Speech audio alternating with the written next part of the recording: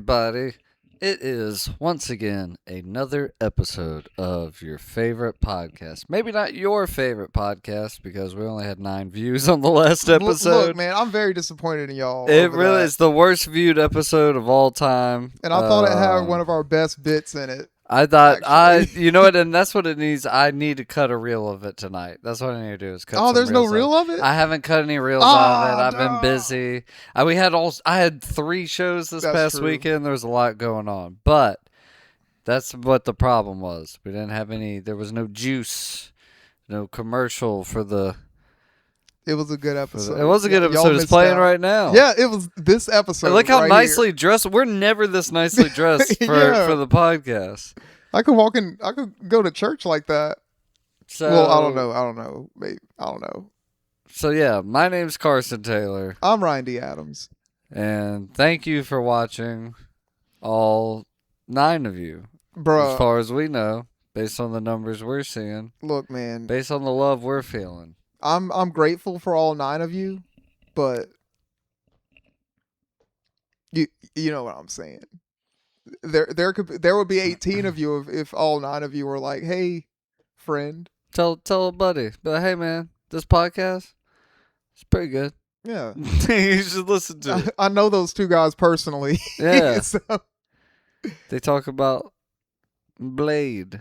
And Texas Chainsaw Massacre. We were talking about Blade earlier. Speaking of Blade and getting cut up, have you ever bathed a cat? Yes, it's awful. Yeah, dude. Appreciate the fact that this dude doesn't. Cause I came home one day from work, and I guess he was frustrated or something, or just acting out, just because no one had been home to give him attention or whatever. He had not smeared shit in the area or whatever, but it had been thrown haphazardly. He obviously threw shit out of the litter box onto the floor. And when I got home, I was like,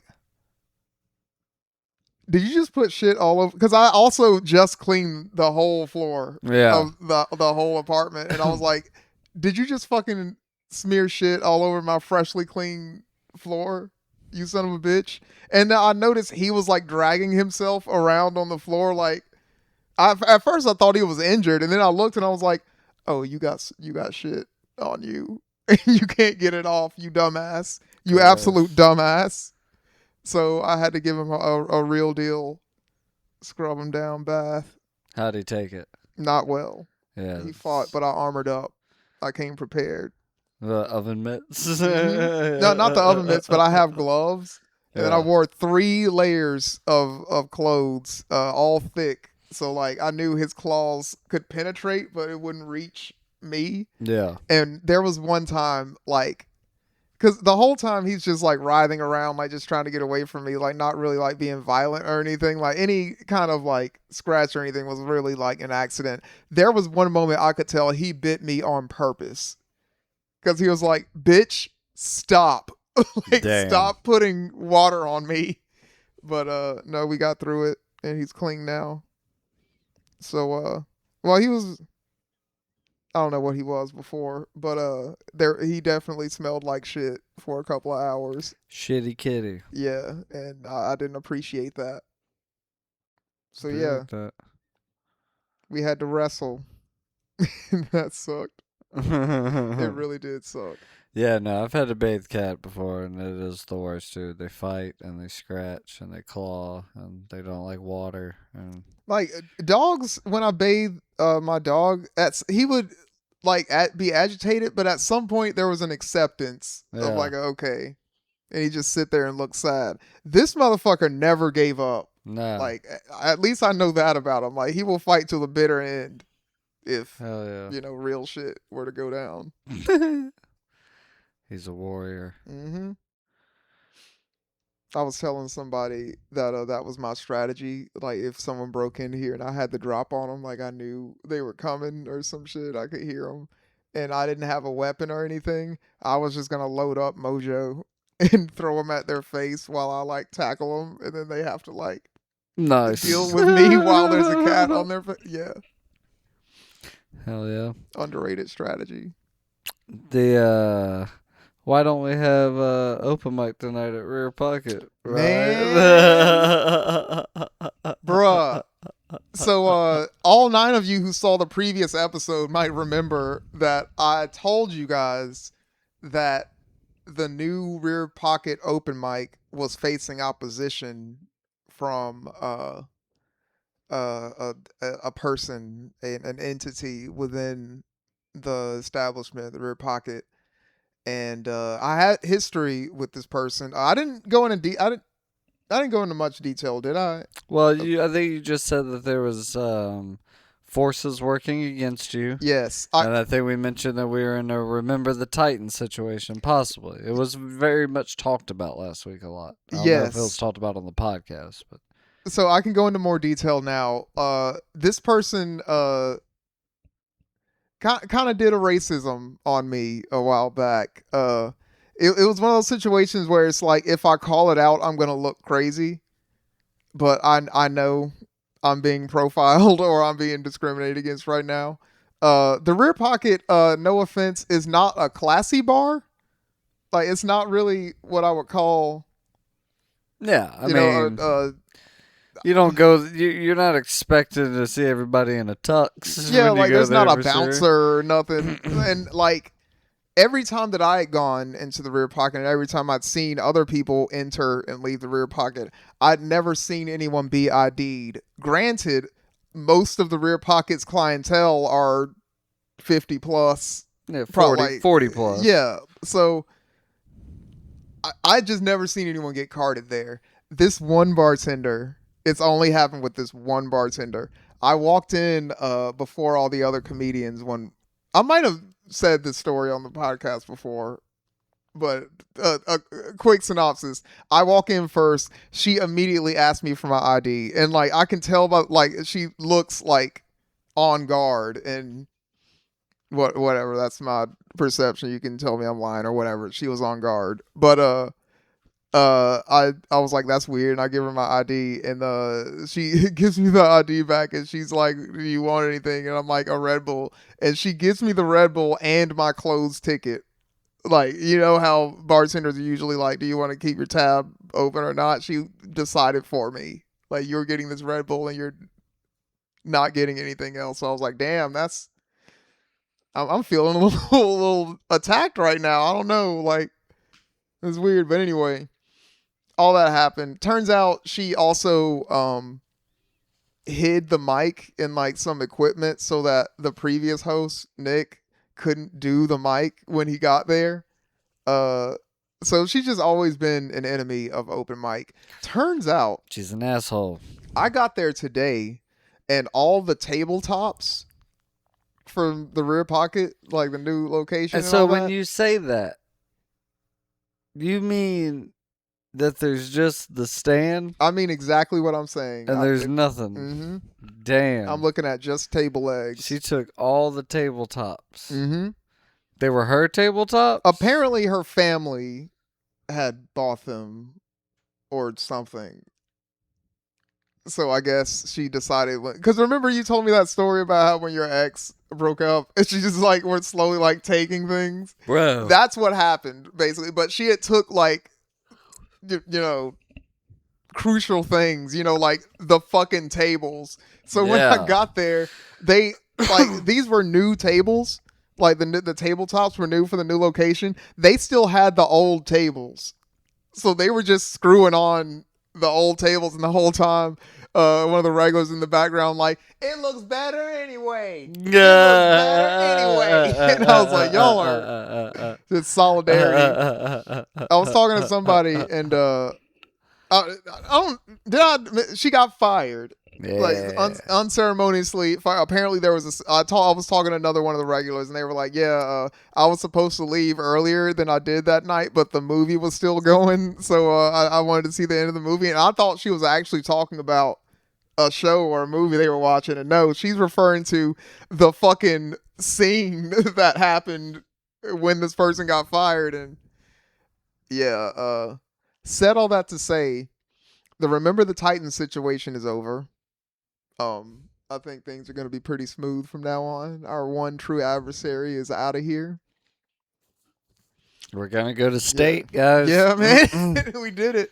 Now all we got to do is focus on growing the fucking mic. I don't have to worry. Because I had like plans, like contingency, like offense and defense, like planned for this woman. Because I already knew when I accepted the hosting gig what I was up against. Because, like I said, we had history. So she didn't take the shit off your chairs, right? Mm-mm. Hell yeah. No, chairs were fine. That's awesome. Winning. Yeah, it's a step back for a propulsion forward, I feel. Like I said, now I don't have to focus any of my energy on this battle. I can just focus on the mic, which is its own battle in and of itself, but whatever. True. There's enough to work on there. So it's true. I'm glad we can lessen the mental stack. Well, and also that really sucks that all the tabletops are gone. Okay, thank you too, because you are right. I do know how that feels because when I first moved into this apartment, I had a girlfriend, and she was nice enough to buy me things to help me move into my apartment. Now, mind you, we had been dating for, say, November. Ooh, not like long enough. 20. We started dating in like October, November, and I got this apartment in February. Okay. So 3 months. Yeah. Right? And she's already like basically this was already her apartment. Oh, fuck and that. Everything when God. moment she walked in, she saw it every way that and then we're going to do this, and then we're going to do this, and then we're going to do this, and we're going to do this, and we're going to do this. And I was like, I mean, it's great and all, but it's my apartment, you know? Yeah. Like, I moved, like, you still live where you live, and I live here. And Right? Like, just making that clear. Like, you still live where you live. And we've been dating 12 weeks, you know what I mean? When you say it like that. But she bought all this stuff, right? Then what happened was we broke up, right? And then after we broke up, I would go to work. And then I would come up. Here's also the worst thing that I did too. I gave her a key. So she had a key to my place. We've all made that mistake. Yeah, just never again. I went to work. And then I come home. And first thing that happened was all my coat hangers were gone. All right. So all my clothes are just like on my bed. And all my coat hangers are just gone. And I was like, okay. I didn't even remember that those were her coat hangers. But I was like, damn, I guess those were her coat hangers, you know? Because you're mad about it for like 2 seconds. And it's like, oh, yeah. Dude, then one day I get home from work. I want to go running. My running shoes are gone. She bought me those for my birthday. All right? So now my running shoes are gone. Go to work. Come back. At this point, it's like, I don't even know if I should call the cops because I'm like, she is taking back things that she bought with her money. Yeah, but she is breaking and entering. This is true. I was drinking a lot back then.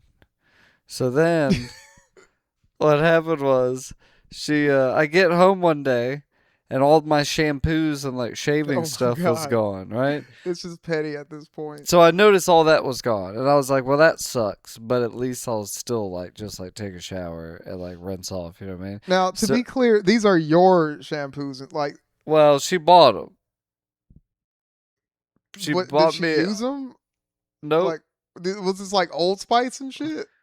It was just like, it was like specifically like men's body wash, care products, like a whole package. That's why I'm saying it was petty. Because it's like, you're going to throw these away. Yeah. Like, you're not going to use, you're not bathing with fucking, as fucking Thomas says, African safari lion attack. Like, you're not using that. So she took all that. Well, then I'm like, well, at least I'll be able to take a shower. You know what I mean? So like rinse off. So I turn on the shower, and it's just like a clump of water's like falling out, and I look up, my shower head is gone. She took my shower head. the image of her just like angrily unscrewing the thing. Just, you think you're gonna take a shower in my But then, house? dude, it got scary. It got to the point that I would like walk backwards through the apartment. You know what I mean? And I felt like I'd like bump something and I'd turn around and it'd be like the area where a fridge used to be. Like my fridge is gone, and I'm like, how? What is happening here? Like it's happening around you. Like, have you ever seen what's that movie with Joseph Gordon-Levitt and Bruce Willis, where they're each other in the future, or like Joseph Gordon-Levitt is Bruce Willis in the past, and like they're like time cops or some shit. Nah. There's a scene that reminds me of this where like another set of like, cause it's another, I'm you in the past. Yeah. Like shit is happening to the guy in the past, like he's being tortured or whatever and interrogated, and the shit is affecting the dude in the future. So like he's like running or whatever, and like the dude will like, so he gets his foot chopped off, and then all of a sudden he's like limping or whatever. So like that's what's happening to you is like in real time. She's like you go to drink out of a cup, and all of a sudden there's just water all Cup's over gone. you. I'm like, what the fuck? She's just taking it, dude. Yeah, it was crazy. The house is like melting all around you. I literally thought I was gonna come home from work one day and be like, where the fuck is my toilet? Like, I fucking water's just like spraying up out of it, like it's been ripped out through the strength of angry breakup. One man couldn't have possibly lifted this, but one angry woman. Yeah, I'm sorry that happened to you. I mean, it's whatever. I mean, it's not like. That's the thing about breakups. It's never completely the other person's fault. And I hate when people do that. It's like, dude, she just this and she just that. Or he's the worst. He just blah, blah, blah, blah. It's like, no, I was not a great boyfriend. And she was kind of crazy. And she wanted me to be things that I was not. And this two worlds that didn't fit together in the first place eventually just exploded. It's like... Fuck. I don't know. Like, you're only ever hearing 50% of the story when you hear these like breakup stories, or like, oh, tell me about your ex. Like, what was your last relationship like? And you're, oh, they were evil. Oh, bitch was crazy. This is that. But like, you're never saying like what you did to like throw fuel on the fire of that situation ever. Yeah. I know I don't. I'm perfect. Fuck that. I would never do anything uncouth. Well, it's almost like, I have learned something. You're making me nervous. Can you get down? You might start turning knobs and shit. He's got it. I have learned that, sometimes it is just better in the moment to pick the side of I should be mad, and like we're breaking up or whatever, and then just roll with that when you're in person with the person. Because if you do play the philosopher Alan Watts unemotional, like, no, and you know what, because I also this and that, you can also see that person just explode. Like, this isn't the fucking time to come to some fucking, you know what I mean? It's like, no, I want to full fight realization. With you. Like, oh my God. Like those situations though where I'm legit. Stop trying to be so fucking smart right now. Or like I'm legit not mad, or I'm like legit like I'll just cure, like whatever, like there's no like anger or like malice or any in my, and they're like, no, I want to argue, I want to fight, and it's so confusing for me because I'm like, what?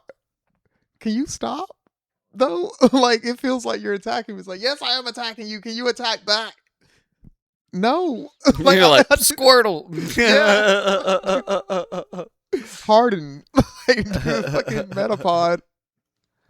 Oh man. Oh, relationships. She took my PS5, dude. Man. She bought it, but I mean, this shows how shouldn't have done that. You know, it's so funny. It shows how poor I am and how poor I was in that story. There was no PS5 to take. She's like, well, I'm gonna take these coat hangers. Shower head. Let's see him eat yogurt without a spoon. Like literally, you're like I always reference this fucking cartoon, the Mickey Mouse cartoon where they're all like sitting at the table eating, trying to like share a meager meal or whatever, and he's trying to like slice the bread, and it's like transparent. Oh, dude. Or like so fucking Lenny from The Simpsons is like, please don't tell people how I live. Like he's sitting there with like a spoon in his hand. That sad. Man, how did Slurp go? I had to leave early. Slurp was good. We had a fun time. It was low energy, but it was a good room. Everybody had fun, from what I could tell. Okay. Michael Gladsmeyer was there. With Tanya Lee, yeah. Tanya Lee Davis, I believe is her name. She is in the world record book for being the world's shortest comedian. Hell yeah. We have royalty in the building, y'all. So the world's shortest comedian was at the open mic tonight, Mobile, Alabama, Slurp Society, with Michael Glassmeyer, who is a hilarious comedian. He mainly does musical comedy, but tonight he just did regular stand-up without a guitar. It's still very funny. I did a show with him for opening for Aaron Belial, the guy that talks with his phone. Oh, yeah. Yeah, that guy's funny. It was a good show. Talking about that dude. That was a great show, actually, at Alchemy. Fire. Everyone crushed. I'm sorry. I was just thinking about earlier. I was in my room and a gospel song came on. And I was like, this is nice. I'm going to put on another one. And I was just like, it turned into like church in my room. Because at first it was just like kind of pop gospel, like Kirk Franklin or whatever.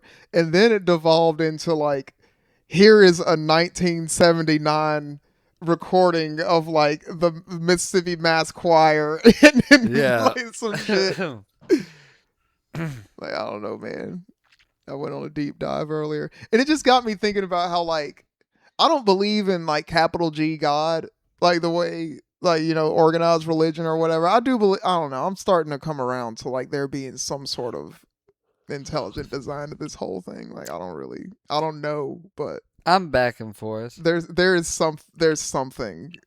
I'm like, you know, I'm an atheist most of the time, but I'm still not like completely like every day. Like, of course, there's nothing. There's plenty of times throughout the year where I'm like, well, you know what? There's definitely a chance that there's something. Yeah, it feels like every time I start talking about this shit, I know that I sound crazy, but I swear, like, I feel it feels like there's something, like, not like straight up talking to me or communicating with me, but it feels like I can feel something being like, this is what you should be doing, and you're not gonna do that because you're you. But this is the right way, though.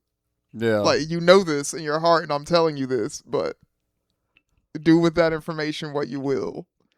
And I'm like, I don't know what that is. I don't know if that's my own intuition or like something, but it doesn't feel like my own ideas. Because like I said, like,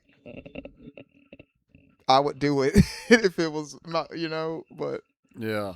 I don't know. But like something about gospel music has me like, oh yeah, God's cool. Gospel like, music rules. It's sick. I don't believe in God at all as much as I do when I hear fucking Kirk Franklin stomp. When that song gets going, like, I'm the most devout Christian ever, dude. GP, are you with me?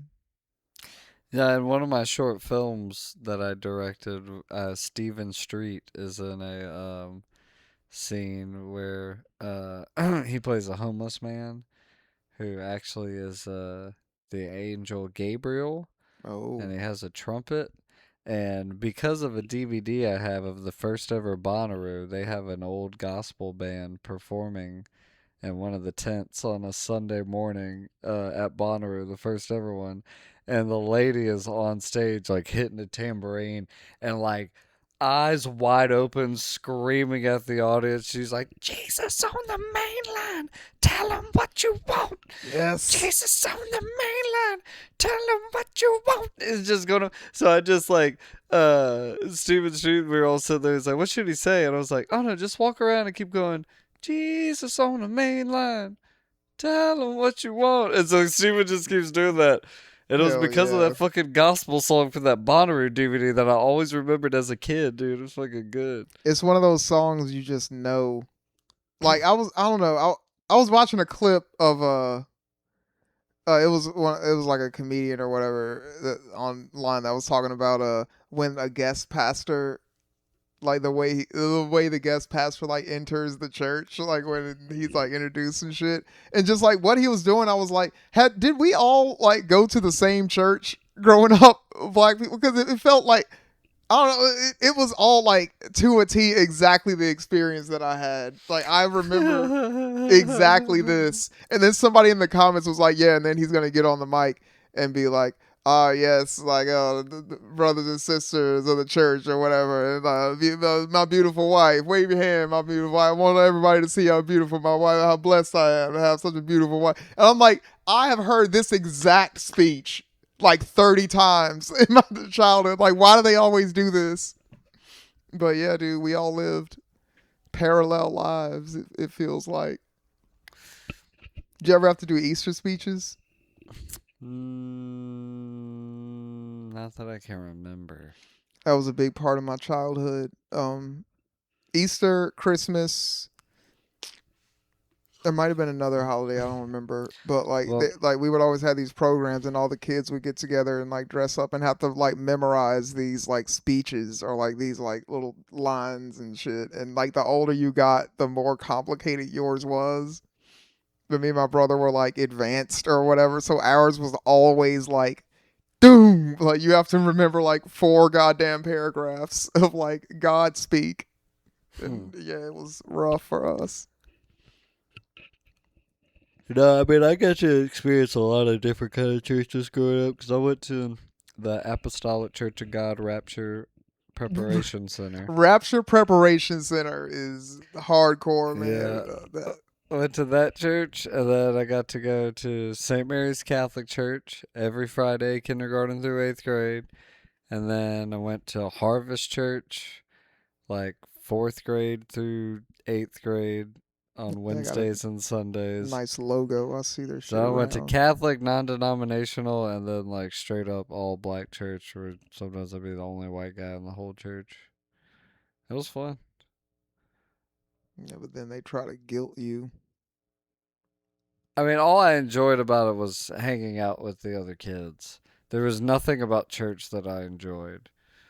Like, I did not want to be in there. I wanted to be anywhere else. Like, I remember, because I'm pretty much with you. Like, I couldn't wait to get home. I remember, because my shows were on. Like I really wanted to watch TV. I really wanted to play PlayStation or like whatever the fuck I had at the time. And I remember just being like, God damn, let me get out of here. And then they'd start fucking jamming. Like they would play a couple of songs that I'd be like, this shit hits. Yeah. This is fun. This is cool. Well, it'd be different at the Rapture Preparation Center.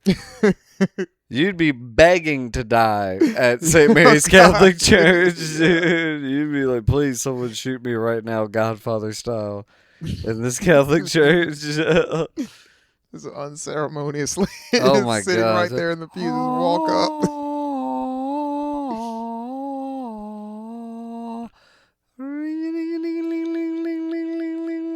Dude, it'll be like, what is like, dude, let me see if I can remember some of this old Catholic shit.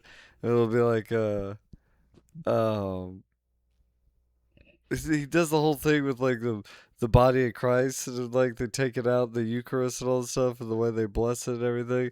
And it's like, Jesus said, this be my body, this be my blood, eat it and drink it and become my flesh and my blood. and have peace and whatever. And then there'll be a moment of silence and it'll just hold it up. And the altar boys will be like all the way to the left, like kneeling. And then one of them just takes a bell and just. And they do that like every 3 minutes, and it's so weird and ominous and pointless. That's the thing that's so crazy to really like get older and like look at Catholic, like especially Catholic Church, and like all the little things where it's like we pause for a second and then you ring the little bell and then we do the other part and then we pause for it, then we ring the little bell, and you're like, what? What does this have to do? You just made all this up. This is all made up, pointless nonsense. Thank you so much for saying that. Because, like, I guess we could call it a relationship with God or whatever you want to call it now that but, like, from my perspective, it's like God hates this. You know what I mean? And it's like, because people want to be like, well, this is of God. It's like, no, you made that up. This is y'all. Like, y'all doing y'all little denominational, like, power grab bullshit. Like, I don't know. I'm probably going to burn in hell for this. Probably going to, like, get a lot of... I don't see any God in that. Like, I don't see any of what I feel like... Maybe it's just because I like this, but, like... God has to love Jimi Hendrix, right? He's like pushing the envelope and bringing people together by like, you know, taking things to a different level and like being truly free. You know what I mean? All right. So there's a line about God in our creation that I feel like people are glossing over or misinterpreting in a way. When it says that God made us in his image, right? So, like, that means that all the little quirks you have, all the little, like, it's of God, like, he made, like, he put a piece of himself in you, like, so that means that, like, when someone falls down and hits their face, and I think it's a little bit funny. God. Yeah. Exactly. Like, God also thinks stupid shit is funny because I do. And, like, why would I? According to, you know, what you've written in this book, people, but that's just my theory. It's like I think that all the things that people say are like Jimi Hendrix, for example, or like somebody shredding on a guitar or whatever, and people are like, "Oh, that's the devil." Like, no, the fuck, it's not. Like, what? That's amazing. Dude. Like that. Like, I don't know. That's the way I see it. Like all the weird, like fringe, crazy, like what. I think God likes it. Like, look at this shit. Yeah. Look, I mean, watch this dude swallow a fucking sword. God likes Alan Holdsworth. Yeah, and man. If you don't know who Alan Holdsworth is, that's a guitar player to look up. He was at the time in like the 70s and 80s, with like people thought like, well, Eddie Van Halen's mastered the guitar. Where else can we go from it? He's the guy that like. His hand would stretch this far, and the rhythms are like chaos, and everything's synthesized. The 80s synthesized drums before it literally sounded like, oh, this is music of the future for the time. You know what I mean? Like, he was truly doing some, like, out there shit. Alan Holdsworth. Look him up. I'll say all that to say, I think people use the concept of God to do harm. When I think it's actually like I think not that I think it would be better served, but like I think it is actually factually the opposite. Like I think this whole God thing is supposed to be good and not this like like whatever we've done to it. Like I don't. And church just if it's for you, then it is for you. Like I don't want to shit on people's thing, but it just the idea of it sounds awful. Hey, what's wrong with you? He has an opinion about God. What's up? He's thought.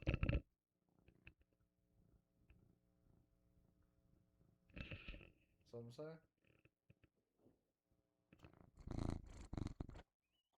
Enlightening. Well, can't argue with that. No. Well, I think that's a good place to end, honestly. I think we did it. Man. And Mojo with the final words on God. I don't know. He would know. His ancestors would know. Mojo's? You know what I mean? Yeah, I feel like his ancestors fucking are connected to aliens in Egypt and all that shit. So look at all the artwork and everything from back then. I was gonna say, like, based on what you choose to believe, they're the ones that are really in charge. Or like those giant dog beings. You ever seen Stargate? Mm-hmm. Like, yeah, the Anubis I love that people. Movie. Yeah, dude. Man. Look, sometimes I feel like that shit is when like Hollywood's kind of like winking at you, and you're like, "Is this based off of some kind of reality?" Hollywood Stargate, dude. Go back and watch Stargate, dude. There's some stuff in that movie where I'm like, I kind of believe like 30% of this movie, dude. Like another thing, real quick before we get out of here. Another thing, speaking of movies and God and shit, a thing that I don't hear people talk about enough is like in the Indiana Jones universe, it has been like it's factually proven that God is real. Yeah. Because like. Dude, shouldn't it be more of a big deal? Like we've discovered, Sean Connery should die at the end of that movie. He drinks the cup, and his gunshot wound it heals him. I feel like there should be a part of the movie where, like, there's a newspaper reel. Hey, everybody, dude, the Ark of the fucking Covenant is real. The end of Indiana Jones 3: The Last Crusade is like this just in. God is real. Yeah, church. Sean Connery alive. Yeah, Sean Connery. It's like church attendance up 1,090%. Everyone believes. 800-year-old knight says water still delicious. That man's still down there. Anyway, dude, that is one that might be because I love the Temple of Doom. So like Raiders of the Lost Ark is great because it's the first one, right? Mm-hmm. And it's classic. The second one is also Temple of Doom's. Oh yeah, so many amazing. I love the scenes shift in tone as well. Oh, dude, like, it's dark and you're basically in hell. Like it is watching twisted. The first one and then the second one after that, it's like whoa, what? And on the second one's like a huge part. Like there's stuff about fucking like enslavement in other countries and child slave labor. It's got like messages and shit in it. There's dark shit in that movie. But then the third one, when you get to the end, when he has the Bible or whatever, the original Bible, and he's reading the translations to get through all the little obstacles, and where he doesn't see that it's a bridge because it looks like it's a huge drop off, and the camera angle shows you that it's a bridge, remember? Yeah. And then when he gets to the room with the knight who's like 800 years old, the crusader, and he's fucking, which also, fuck that guy. Wait a second. Think about what he did to the planet, that crusader guy. What do you mean? That guy's done nothing but just murder people. Oh, yeah, that's true. Like, as a crusader. In the name of God. By proxy of him. Yeah. Yeah, he's been lopping off heads for the Lord. Yeah. Yeah. Ooh. So technically, fuck that. But also, I think, if you really look at it that way, it shows the cutthroatness of the real world. It's like, bitch, I don't give a fuck. I got to the water. I got to the cup. But that's life. Because that ties in. Fuck, man. Because that ties into what I was saying earlier. The reason we brought this all up is because, like, through the things that we've seen get discovered in the Indiana Jones universe, it's like basically saying God is real. Like, all this shit in the Bible is real. Yeah. Therefore, the Crusades were justified. They were right. Yeah. So not fuck him. He's well, but then what's up with the alien one? Number 4. That's later. Yeah. So then what is that? Why doesn't, like, also, you have fucking aliens. Why don't you throw some holy cup water in their face or something? True. But then we find out it's all the same universe. Like Mel Gibson shows up. It's like, I got this guy. I think we just broke. The funny thing is, we're about to go on the internet and be like, see, with all those people, it's like, I feel like it's so obvious that it's disjointed that you're not. And we're like shocked. We're like, have you ever noticed Indiana Jones doesn't make sense? Have you ever noticed it's a fictional movie made in Hollywood? This just saying God is real. You know what's so funny about that? According to Indiana Jones. You know what's so funny about you say that the lead singer of Geese, I just saw this video. He played that sold out show at Carnegie Hall and Paul Thomas Anderson filmed it. Yeah. And someone from the audience, like there's all the people are reviewing it, like calling him the next Bob Dylan and shit. I don't know about all that. But this one clip, it was just a 15-second clip that someone like on his cell phone that someone posted, and it's him on the piano and he's just slamming the keys and just over and over again singing, God is real, God is real. And I'm just like, this is how Indiana Jones is. Yeah, like all of these revelations have driven him crazy, and it like shows him in the classroom like Charlie's, like, all kinds of shit. The number 23. That one girl blinks and it just says "help me" like on her eyelids. Oh, dude, has someone? I don't even want to say it. I should just do it. Has someone taken Jim Carrey's face for the number 23 and covered it in 6'7"? Do that before this episode drops, Because that's incredible. God, it really is the new white, like that shit I showed you. Yeah, man. And no one even calls that number anymore 67. It's 67. It's forever changed. The world just, and that's not going to be a thing in 10 years. In 10 years, no one's going to care about that anymore. It's going to be a remember that thing. It's going to be as if you said, as if. Yeah. Because that was cool back in the day. Remember when millions of dumbasses thought that a bracelet was going to make them not lose their balance? Oh my God. Yeah. Like, no, I swear to God, you tug on my arm when the bracelet's on, I do nothing. If I take the bracelet off, I'm like, now do it. Oh, he's more stable. It's like it's like someone just jumps and kicks him in the chest, and he doesn't move a muscle, and that other person's leg is like shattered, and he's like, "Oh my, the balance bracelet, no!" That's a sketch where like it turns out the balance bracelet is like real, and it even like we're like as if we're bullshitting at first. Like, how does it work? Oh, electromagnetics. They're electromagnets and shit. It's about the earth or whatever. And then that happens like a fucking kung fu from off screen. Like he doesn't like expect it. Just or do a scene where it's like the hero in a movie. We do like just the final battle for no reason. It just cuts to this. Like people are like, does this movie exist? And it's just like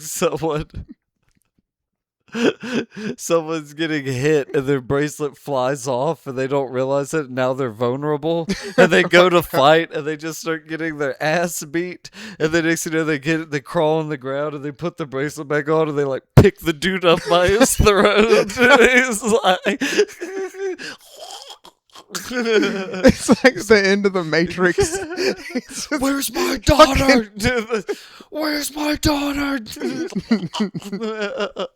He's the most stable man. That's a really niche joke. If y'all don't remember the fucking balance bracelets from back in the day, look up those commercials and then come back to this and it'll be funny. I promise. Balance bracelets, dude. That was a thing back in the day. Anyway. Midtown Malfunction. Peace out. out. Fuck Morris Day.